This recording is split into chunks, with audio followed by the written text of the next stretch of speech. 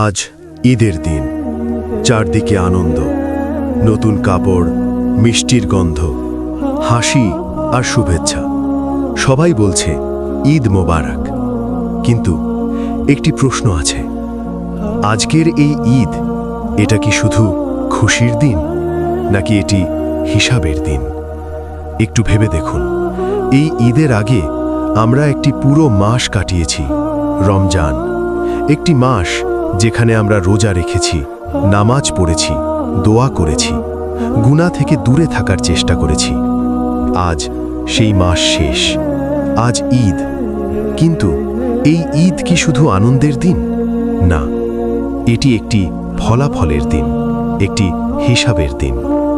ভাবুন, একজন ছাত্র পুরো বছর পড়াশোনা করল, তারপর পরীক্ষার দিন এলো, পরীক্ষা শেষ হলো, ফলাফল প্রকাশের দিন। সে কি শুধু আনন্দ করবে? না, তার মনে থাকবে একটি প্রশ্ন, আমি কি পাশ করেছি?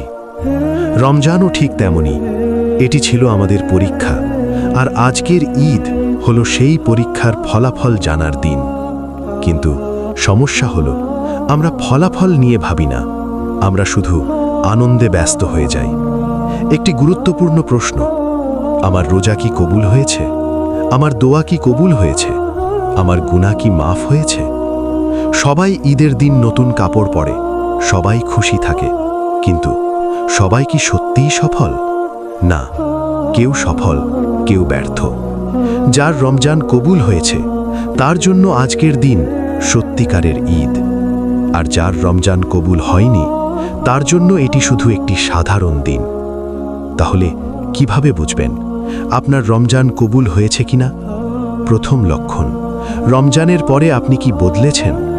আপনি কি আগের চেয়ে বেশি নামাজ পড়ছেন? আপনি কি গুনাহ থেকে দূরে থাকার চেষ্টা করছেন? দ্বিতীয় লক্ষণ, আপনার হৃদয় কি নরম হয়েছে? আপনি কি এখন আল্লাহকে বেশি স্মরণ করছেন? তৃতীয় লক্ষণ, আপনি কি ভালো কাজ চালিয়ে যাচ্ছেন, নাকি ঈদের দিন থেকেই সবকিছু ছেড়ে দিয়েছেন? মনে রাখবেন, সত্যিকারের ঈদ সেই মানুষের জন্য যে রমজানের শিক্ষা ধরে রাখে।